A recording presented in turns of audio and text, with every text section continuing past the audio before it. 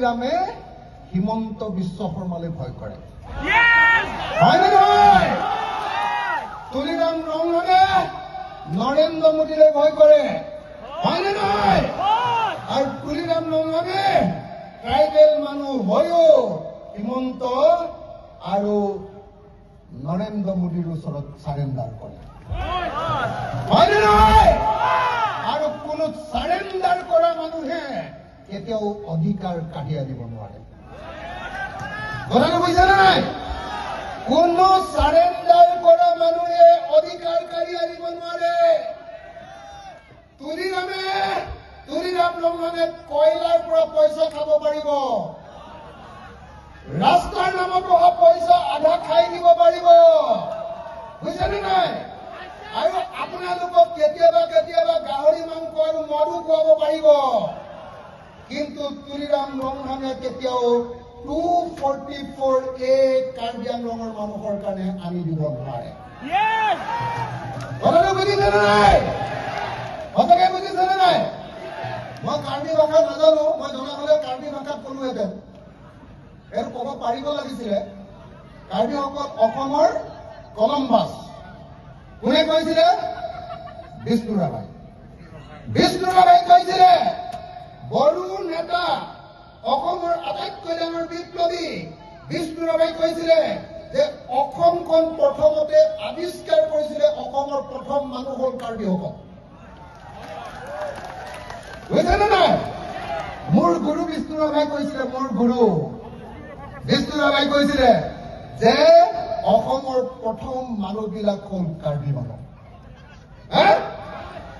আৰু সেই বিষ্ণু ৰাভাই কৈ যোৱা অসমৰ প্ৰথম মানুহ কাৰ্বি মানুহবিলাকক মই আজি এইডোখৰত আপোনালোকে বহি থাকোঁতে এজনকে সুধিছিলো মহিলাবিলাকক সুধিছিলো মতা মানুহবিলাকক সুধিছিলো মই সুধিছিলো যে আপুনি কি কৰে চাকৰি কৰে নে অন্য কি মই ইয়াত যিমান মানুহ লগ পালো যিমান মানুহ মই 100 মান মানুহক সুধিলো 100 মান মানুহে ক'লে যে আমি চবে খেতি কৰো নহলে হাজিৰা কৰো হয়নে খেতি কৰো নহলে হাজিৰা কৰো হয়নে তাৰপিছত মই সুধিলো যে আপোনালোকৰ ঘৰবিলাক পকা নে কেঁচা মোক এজন মানুহে মাত্ৰ ক'লে যে আমাৰ ঘৰটো পকা বাকি মই 100 জনৰ ভিতৰত এজন মানুহে পকা বুলি ক'লে মোক 99 জনে ক'লে যে আমাৰ চবৰে ঘৰ কেঁচা হয়নে মই সুধিছিলো যে আপোনালোকে কি পানী খায় চৰকাৰৰ টেপৰ পৰা অহা পানী খায় নে ক'ৰ পৰা খায় কৈছে আমাৰ পাহাৰৰ পৰা অহা পানী খাওঁ জুৰিৰ পৰা কৈছিলে যে আমি কুঁৱাৰ পানী খাওঁ আৰু দমকলৰ পানী খাওঁ টিপৱেল বুলি কৈছিলে মোক টিপৱেলৰ পৰা খাওঁ এনেকে কৈ আছিলে মোক হয়নে তো আপোনালোকে চাওক কাৰ্বি মানুহৰ দাঁতকেইটা চাওক ভিতৰত চব ক'লা ক'লা হৈ গৈছে কাৰণ আজিও কাৰ্বি মানুহে আইৰণ থকা পানী খাই আছে অসমৰ আটাইতকৈ পুৰণি অসমৰ আটাইতকৈ খিলঞ্জীয়া অসমৰ আটাইতকৈ ভূমিপুত্ৰ মানুহবিলাকৰ ঘৰবিলাক যদি কেঁচা আৰু আটাইতকৈ পুৰণি মানুহবিলাকৰ যদি চাকৰি নাই তেতিয়াহ'লে কাৰ চাকৰি আছে অসমত হয়নে নহয় যেতিয়ালৈকে কাৰ্বি আংলঙৰ প্ৰত্যেকজন মানুহৰ ঘৰ পকা নহব লেট্ৰিনটো যেতিয়ালৈকে টাইলছ লগাব পৰা নহব যেতিয়ালৈকে প্ৰত্যেকৰ ঘৰত এখনকৈ 4চকীয়া গাড়ী নহব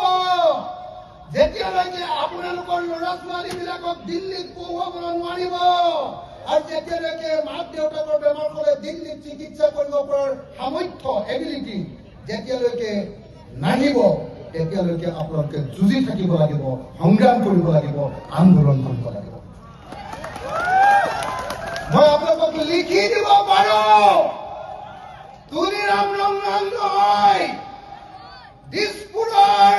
বা দিল্লীৰ আটাইতকৈ ডাঙৰ দালালটোৱেও যদি ৭৭ বছৰ স্বাধীনতাৰ পাছত যদি কাৰ্বি আংলং স্বায়ত্তশাসিত পৰিষদৰ যদি CM হৈ থাকে ৭৭ বছৰতো পকা ঘৰ পকা কৰি দিব নোৱাৰে, ৭৭০ বছৰতো পকা কৰি দিব নোৱাৰে, যেতিয়ালৈকে দিল্লী আৰু দিছপুৰৰ ওচৰত সিহঁতি আঁঠু লৈ থাকিব। হয়নে নহয়? একদম আজি কাঠাৰদাই একদম স্পষ্টকে কৈছে যে যদি তুলিৰাম ৰঙাক ভোট দিয়ে, যদি বিজেপিক ভোট দিয়ে, তেতিয়াহ'লে 2 টুকুৰা গাহৰিৰ মাংস খাবলৈ পাব, 1 গিলাচ চুলাই মদ খাবলৈ পাব, আৰু ইলেকশ্যনৰ সময়ত 100 টকা বা 200 টকা পাব। কিন্তু কেতিয়াও আপোনালোকে কেতিয়াও ভাল ঘৰ এখনত থাকিবলৈ নাপাব।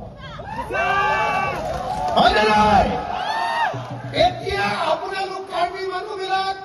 কাৰ্বি আংলঙত থকা ডিমাচা মানুহবিলাক, কাৰ্বি আংলঙত থকা কুকি মানুহবিলাক, কাৰ্বি আংলঙত থকা লুঠা মানুহবিলাক, ৰেংমা মানুহবিলাক আৰু আন জাতিৰ সকলো মানুহবিলাক তেতিয়াহে ধনী হ'ব পাৰিব যেতিয়া আপোনালোকে 244A পাব, নাম্বাৰ 1। আৰু 244A সেই মানুহৰ হাতত থাকিব লাগিব যি মানুহে জনতাৰ কাৰণে কাম কৰে, যি মানুহে দিছপুৰ আৰু দিল্লীৰ কাৰণে ATM হিচাপে ব্যৱহাৰ নহয়। হয়নে নহয় ৰাইজ? হয়নে নহয় ৰাইজ? এতিয়া কাৰ্বি আংলঙত কয়লা খান্দে, এতিয়া NC হিলছত কয়লা আৰু সুনীল খান্দে, কিন্তু কাৰ্বি মানুহ